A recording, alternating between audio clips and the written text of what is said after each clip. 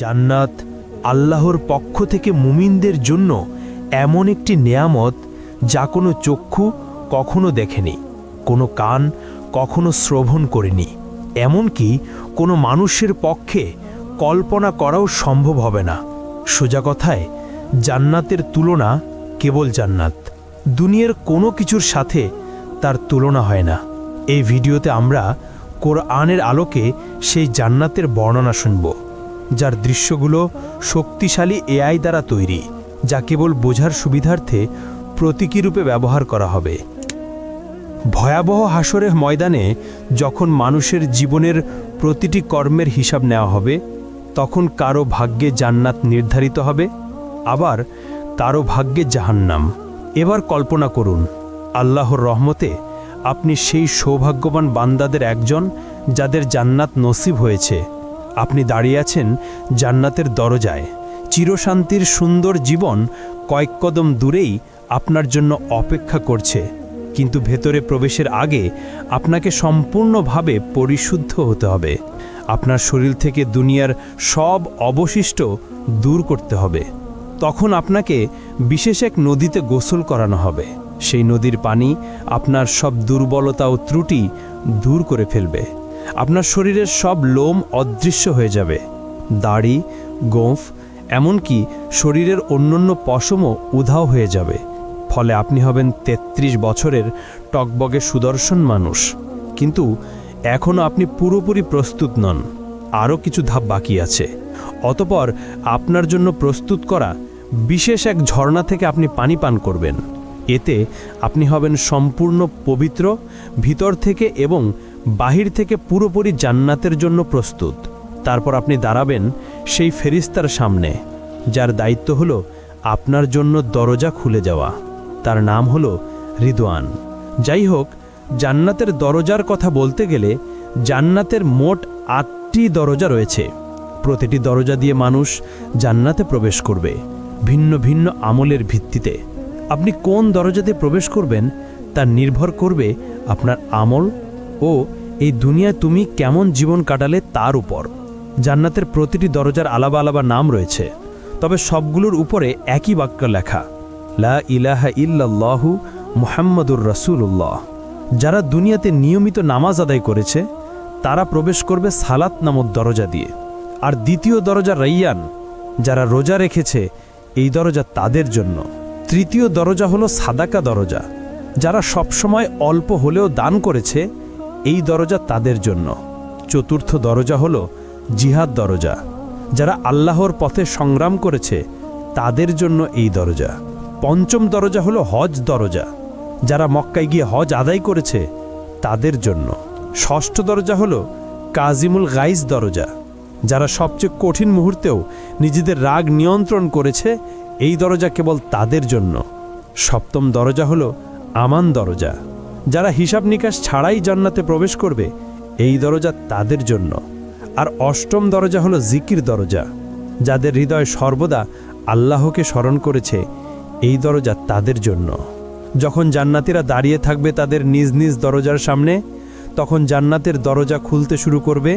তখন আপনি অনুভব করবেন এক মৃদু উষ্ণ বাতাস আপনার মুখে লাগছে। এমন বাতাস আপনি কখনো অনুভব করেননি। তারপর সেই সুবাস এমন যে আপনার আত্মাকে ছুঁয়ে যায়, এত সুন্দর, এত অনন্য যে প্রায় আপনি মূর্ছা যাবেন। দুনিয়ার সবচেয়ে উৎকৃষ্ট সুগন্ধিও তার সাথে তুলনা করা যায় না। সব ব্যথা, অনুশোচনা আর দুঃখ আপনার ভেতর থেকে মুছে ফেলা হবে। বাকি থাকবে কেবল সুন্দরতম অনুভূতি, যাতে আপনি জান্নাতের নিয়ামত পূর্ণভাবে উপভোগ করতে পারেন। অবশেষে আপনি প্রবেশ করলেন জান্নাতে। আহ, কি শান্তি! আপনার জন্য সেখানে আছে জীবন, যার কখনো শেষ হবে না। আপনার জন্য আছে স্বাস্থ্য, ফলে আর কখনো অসুস্থ হবেন না। আপনার জন্য আছে যৌবন, ফলে আর কখনো বুড়ো হবেন না। আপনার জন্য আছে সুখ, ফলে আর কখনো দুঃখ পাবেন না। আপনি জান্নাতে প্রবেশ করতেই ফেরেশতারা আপনাকে স্বাগত জানাবে আর বলবে, আল্লাহর পক্ষ থেকে তোমার উপর শান্তি বর্ষিত হোক, স্বাগতম, এখানে চিরকাল থাকো। প্রথমে আপনাকে দেওয়া হবে প্রাসাদ, বাগান ও পুকুর সহ। তারপর আপনার হৃদয় যা চায় তাই আপনাকে দেওয়া হবে। একটিও বাদ যাবে না। হ্যাঁ বন্ধু, এটাই জান্নাত। এমন এক জায়গা যেখানে নেই কোনো দুঃখ, নেই কোনো ভয়, নেই বার্ধক্য, নেই ব্যথা। এমন এক জায়গা যেখানে রয়েছে সব সৌন্দর্য যা আপনি জানেন এবং জানেন না।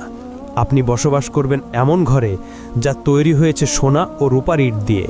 মরক্কা হিসেবে ব্যবহার হয়েছে মিশক, কঙ্কর হলো মুক্তা ও রুবি, এবং মাটি হলো জাফরানের। আপনি ফিরে এসেছেন সেই জায়গায় যেখানে আপনার সৃষ্টি হয়েছিল প্রথমবার। অতঃপর ফেরেশতারা আপনার সাথে কথা বলবে।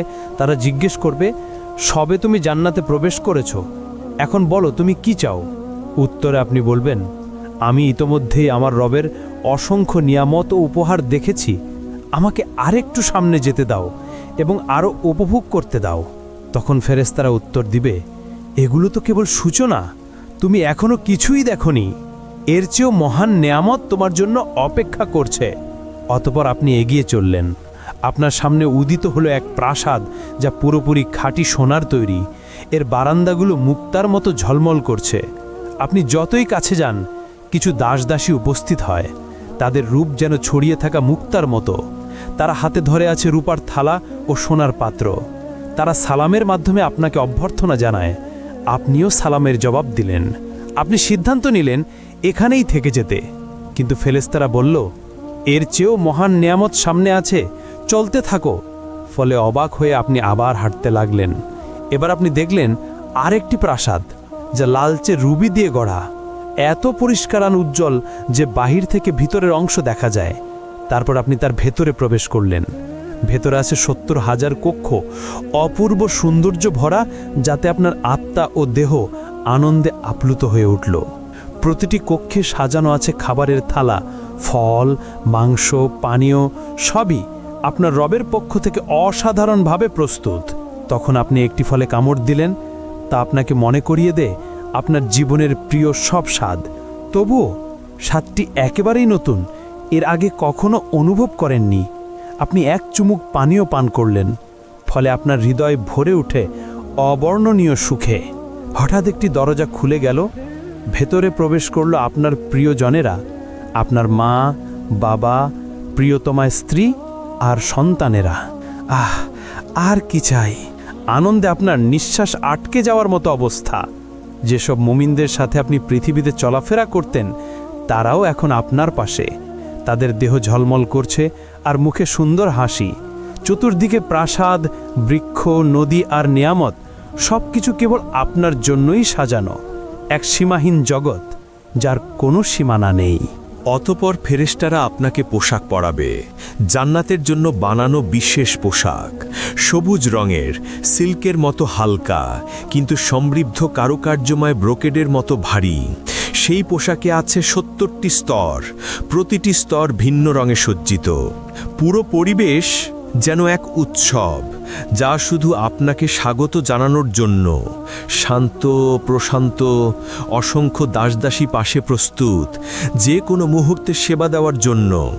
আপনি বিস্ময়ে ভাবলেন, এখন আমি কি করব, কোথায় যাব? তখন এক আয়োজন শুরু হলো। একটি মেষ আনা হলো এমন এক জায়গায় যা জান্নাতবাসী ও জাহান্নামবাসী উভয়ই দেখতে পায়। কিন্তু এই মেষ সাধারণ প্রাণী নয়, এর নাম মৃত্যু। এরপর যা ঘটে তা আপনার হৃদয়কে চিরস্থায়ী শান্তির আরও কাছাকাছি নিয়ে যায়। একটি ঘোষণা শোনা যায়, হে জান্নাতবাসীগণ, তোমরা জানো এটি কে? তখন জান্নাতবাসীরা মাথা তোলে এবং বলে, হ্যাঁ, এটি মৃত্যু। অতঃপর আবার ঘোষণা হয়, হে জাহান্নামবাসীগণ, তোমরা জানো এটি কে? তখন জাহান্নামবাসীরাও মাথা তোলে এবং বলে, হ্যাঁ, এটি মৃত্যু। এরপর একজন ফেরেশতা সেই মেষকে কোরবানি করল, ফলে মৃত্যুর মৃত্যু হলো এবং ঘোষণা দেওয়া হলো, হে জান্নাতবাসীগণ, তোমরা এখনো চিরকাল বাঁচবে, তোমাদের আর মৃত্যু নেই। হে জাহান্নামবাসীগণ, তোমরাও চিরকাল থাকবে, তোমাদের জন্য আর মৃত্যু নেই। হ্যাঁ বন্ধু, এখন আর মৃত্যু নেই। আপনি আর কখনো অসুস্থ হবেন না। আপনি চিরকাল বাঁচবেন। আপনার আর মৃত্যু নেই। জান্নাতবাসীদের জন্য এটাই হলো চিরন্তন আনন্দ, শান্তি ও নিয়ামতের সময়। যদি আপনি এই জীবনে বিবাহিত হন এবং উভয়ই জান্নাতে প্রবেশ করেন, তাহলে আপনাদের বন্ধন আবার ফিরিয়ে দেওয়া হবে। কিন্তু এবার আর কখনো আলাদা হতে হবে না। যেই স্বামী বা স্ত্রী জান্নাতে উচ্চ মর্যাদা পাবে, অন্যজনকেও সেই স্তরে তুলে দেওয়া হবে। সেখানে থাকবে না কোনো ঝগড়া, না হৃদয় ভাঙা, না বিশ্বাসঘাতকতা। থাকবে শুধু খাঁটি ভালোবাসা, যা প্রতি মুহূর্তে আরও গভীর হবে। স্ত্রী ও স্বামী সময়ের সাথে আরও সুন্দর হয়ে উঠবে। একজন বাইরে থেকে ফিরে এলে অন্যজন তাকে দেখবে আগের চেয়েও সুন্দর রূপে, এবং উভয়ই একই কথা বলবে, তুমি আগের চেয়ে আরও সুন্দর লাগছো। নারীরা এতটাই সুন্দর হবে যে তারা দুনিয়ার সবচেয়ে অপূর্ব নারীদেরও ছাড়িয়ে যাবে তাদের স্বামীদের জন্য। কিন্তু যদি আপনি বিবাহিত না হন বা স্বামীর সাথে কখনো শান্তি না পান, তাহলে আল্লাহ আপনাকে দিবেন তার থেকেও উত্তম সঙ্গী, যিনি শুধু আপনার জন্য সৃষ্ট, এতটাই সুন্দর যা আপনি কখনো কল্পনাও করেননি। আপনি যখন তার চোখের দিকে তাকাবেন, আপনার হৃদয় মনে করবে এই মুহূর্তের জন্যেই সে সৃষ্ট। আপনি তার হাত ধরবেন এবং একসাথে হাঁটবেন চিরন্তন জীবনে স্বামী স্ত্রী হয়ে। জান্নাতে মানুষ উঠতে পারবে, অসীম উপত্যকা, বৃক্ষ ও পাহাড়ে হেঁটে বেড়াতে পারবে, অথবা মুহূর্তেই এক জায়গা থেকে আরেক জায়গায় টেলিপোর্ট করতে পারবে। মানুষ জান্নাতে চিন্তার গতিতে চলাফেরা করবে, যেমনটা বর্তমানে আত্মা করে। কারণ আত্মা যখন দেহের কারাগার থেকে মুক্ত হয়, সে তখন স্বাধীনভাবে চলে বেড়ায়, স্বপ্নের মতো। আপনি দুনিয়াতে চোখ বন্ধ করলে হয়তো লন্ডন দেখেন, পরের মুহূর্তেই টোকিও বা ইস্তানবুলে পৌঁছে যান। কিন্তু জান্নাতে এই স্বপ্নের মতো অভিজ্ঞতাই হবে বাস্তব। হ্যাঁ, জান্নাতবাসীরা পাখির মতো উড়বে।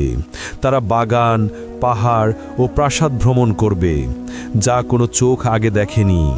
তারা বন্ধুদের সাথে মিলিত হবে, খাবে, দাবে, গভীর আলাপচারিতা উপভোগ করবে, যা দুনিয়ার আনন্দদায়ক আলাপের চেয়েও উত্তম হবে।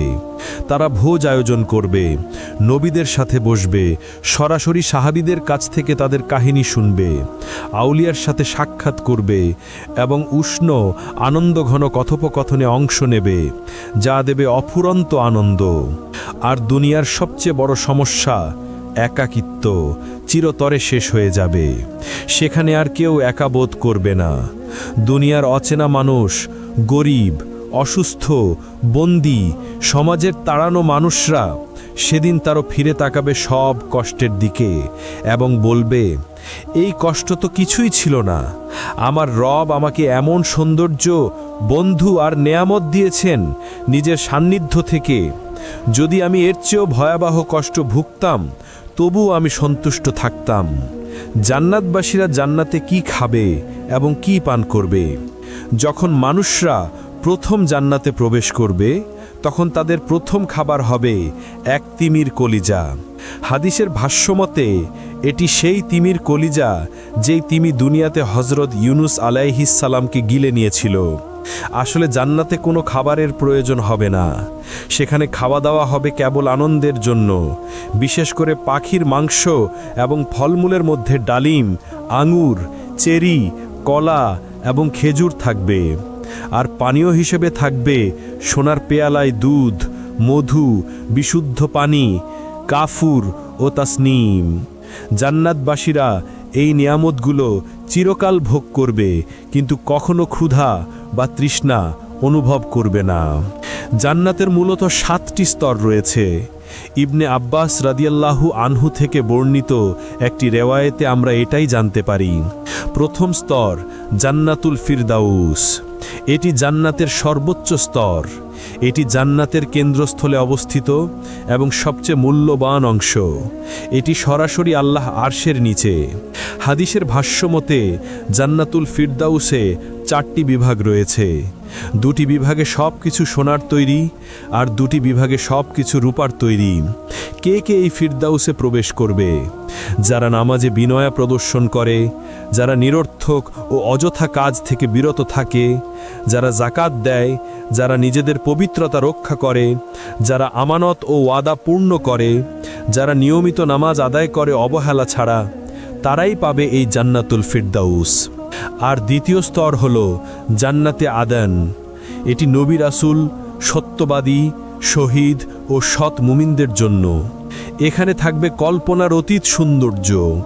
এর ভেতরে সোনার নদী প্রবাহিত হবে, ফেরেশতারা মুমিনদের অভিনন্দন জানাবে এবং ধৈর্যের জন্য জান্নাতের সুসংবাদ দেবে। তৃতীয় স্তর হল জান্নাতুন নাঈম। এটি নেয়ামত ও শান্তিতে পূর্ণ এক জান্নাত। যা মুমিন চাইবে সব কিছু সেখানে থাকবে। তারা আল্লাহর অনুগ্রহে চিরস্থায়ী আনন্দে বসবাস করবে। আর চতুর্থ স্তর হল দারুল খুলুদ, বিশ্বাসীদের জন্য চিরন্তন সুখের আবাস। এখানে কোনো ভয় বা দুঃখ থাকবে না। অসংখ্য নেয়ামতে পরিপূর্ণ হবে এর অধিবাসীরা। পঞ্চম স্তর হল জান্নাতুল মাওয়া, বিশেষভাবে শহীদদের জন্য প্রস্তুতকৃত জান্নাত এটি। তারা সেখানে আল্লাহর অফুরন্ত নেয়ামত উপভোগ করবে এবং চিরন্তন সুখে থাকবে। আর ষষ্ঠ স্তর হল দারুস সালাম, বিশ্বাসীদের জন্য চিরন্তন শান্তি ও নিরাপত্তার জান্নাত, যেখানে থাকবে না কোনো ভয়, দুঃখ কিংবা কোনো মন্দ কিছু। সপ্তম স্তর হল ইল্লিয়ুন, উচ্চ ও মহান স্থান, যেখানে আল্লাহর নিকটবর্তী ফেরেশতারা এবং সৎ মুমিনরা অবস্থান করবে। তাদের মুখমণ্ডল থেকে নির্গত আলো সমস্ত জান্নাতকে আলোকিত করে তুলবে। এমনকি জান্নাতের সেই স্তরও আলোকিত হবে যা সবচেয়ে দুর্বল মুসলিমকে দেওয়া হবে, তা হবে 10টি বিশ্বের সমান বিশাল। আর যখন জান্নাতীরা জান্নাতের উঁচু স্তরে থাকা প্রাসাদগুলোর দিকে তাকাবে, তাদের দূরত্ব এতটাই বিশাল হবে যে তারা সেগুলোকে তারার মতো দেখবে, যেমন আমরা এই দুনিয়ার আকাশে দূর থেকে তারাগুলো দেখি। তারা ধীরে ধীরে অভ্যস্ত হয়ে যাবে জান্নাতের জীবনের সাথে। চারপাশে থাকবে অমর যুবক খিদমতগাররা, যারা সবসময় তাদের সেবায় প্রস্তুত। তাদের আনন্দ দেওয়ার জন্য এবং সেবা করার জন্য আল্লাহ হুরগণকে সৃষ্টি করেছেন। তারা এতটাই পবিত্র যে কোনো মানুষ বা জিন তাদের স্পর্শ করেনি আগে। তারা এতটাই বিশেষ যে যদি তাদের মধ্যে একজনও এই দুনিয়ার কোনো সাগরে থুথু ফেলত, তাহলে দুনিয়ার সব সমুদ্র ও সাগর তাৎক্ষণিকভাবে নোনতা থেকে মিষ্টি পানিতে রূপান্তরিত হতো। জান্নাতে কেউ কখনো কোনো কিছুতে অসন্তুষ্ট হবে না এবং সেখানে হিংসা থাকবে না। জান্নাতের প্রাকৃতিক সৌন্দর্য এই দুনিয়ার যে কোনো কিছুর চেয়েও বহুগুণ শ্রেষ্ঠ। সেখানে অসংখ্য গাছ থাকবে, কিন্তু একটি গাছ বিশেষভাবে আলাদা, তা হলো তুবা গাছ। এর আকার বর্ণনাতীত। যদি একজন অশ্বারোহী দ্রুত গতিতে দৌড়াতো, তবু এর কাণ্ড অতিক্রম করতে 100 বছর লেগে যেত। তুবা গাছ এতটাই বিশাল যে এর শাখা প্রশাখা জান্নাতের সব স্তরে পৌঁছায়, প্রতিটি ঘর পর্যন্ত ছড়িয়ে পড়ে, যাতে সবাই এর অনন্ত নেয়ামত ভোগ করতে পারে। জান্নাতের আরেকটি বিস্ময়কর বিষয় হলো কাউসার নদী। এটি আমাদের প্রিয় নবীকে বিশেষ উপহার হিসেবে দেয়া হয়েছে। এর পানি দুধের চেয়ে সাদা, মধুর চেয়ে মিষ্টি। এটি প্রবাহিত হয় আল্লাহর আরশের নিচ থেকে সিদরাতুল মুনতাহা হয়ে, তারপর জান্নাতুল ফিরদাউসের ভেতর দিয়ে অবশেষে জান্নাতের প্রতিটি স্তরে পৌঁছে যায়। এই নদীর ঘ্রাণ ও স্বাদ আমাদের আজকের কল্পনারও অতীত। কাউসার নদী ছাড়াও জান্নাতে থাকবে বিশুদ্ধ পানির নদী, যা কখনো নষ্ট হবে না। দুধের নদী, যার স্বাদ কখনো পরিবর্তিত হবে না। মদের নদী, যা পানকারীদের আনন্দ দেবে কিন্তু কোনো নেশা সৃষ্টি করবে না। এবং খাঁটি মধুর নদী। জান্নাতে এক কোমল বাতাস বইবে যখনই আমরা চাইব। যখন তা গাছের পাতার ভেতর দিয়ে বয়ে যাবে, সেই শব্দ হবে এত সুন্দর যে এই দুনিয়ার কোনো কিছুর সাথে তার তুলনা করা যাবে না। আরেক বিশেষ আনন্দ হবে সাপ্তাহিক বাজারে যাওয়া। সেখানে উত্তর দিক থেকে বাতাস বইবে আমাদের মুখমণ্ডল ও পোশাকে। এতে আমাদের সৌন্দর্য ও রূপ আরও বেড়ে যাবে এবং প্রতিবারই আমরা হব আগের চেয়ে অনেক বেশি সুন্দর ও আকর্ষণীয়। জান্নাতের সবচেয়ে সুন্দর দিকগুলোর একটি হলো আমরা দুনিয়ার জীবনকে স্মরণ করব এবং আমাদের প্রিয়জনদের সাথে সময় কাটাবো যারা জান্নাতের উপযুক্ত হয়েছে। আমরা একসাথে বসবো, আলাপ করব, একে অপরের জন্য যে দুনিয়ার অভাব বোধ ছিল তা মিটিয়ে নেব। কিন্তু এত সব বিস্ময়ের পরও এগুলো জান্নাতের কেবল অল্প অংশ। আসলেই কত চমৎকার শোনায় আর হৃদয়ে কত সুন্দর অনুভূত হয়। তবে এখন আসি সেই সর্বোত্তম বিষয়টিতে যা জান্নাতকে সত্যি জান্নাত বানায়। এ পর্যন্ত যা বলা হলো না প্রাসাদ, না নদী, না অফুরন্ত নেয়ামত, কোনোটিই এর সাথে তুলনীয় নয়। সবচেয়ে বড় উপহার হলো আল্লাহর মুখমণ্ডল দর্শন। জান্নাতে সেই দিনে, যা দুনিয়ার শুক্রবারের সমতুল্য, আল্লাহ জান্নাতবাসীদের নিজের উপস্থিতিতে স্বাগত জানাবেন। প্রিয় বন্ধু, জান্নাত সহজ কোনো পুরস্কার নয়। এটি প্রতিশ্রুত কেবল তাদের জন্য যারা আল্লাহ দিকে ফিরে আসে, হারাম থেকে বেঁচে থাকে, ইবাদতে অটল থাকে এবং সুন্দর চরিত্র নিয়ে জীবনযাপন করে। তাই আসুন আমরা মুমিনরা শক্তিশালী হই এবং আমরা একে অন্যের জন্য দোয়া করি। আসুন আমরা সবাই নিজেদের জন্য এবং সব মুসলমানের জন্য দোয়া করি। আল্লাহ আমাদের ক্ষমা করুন, আমাদের প্রিয়জনদের সাথে জান্নাতে মিলিয়ে দিন, আর আমাদের সবাইকে সর্বোচ্চ স্থান আল ফিরদাউস দান করুন।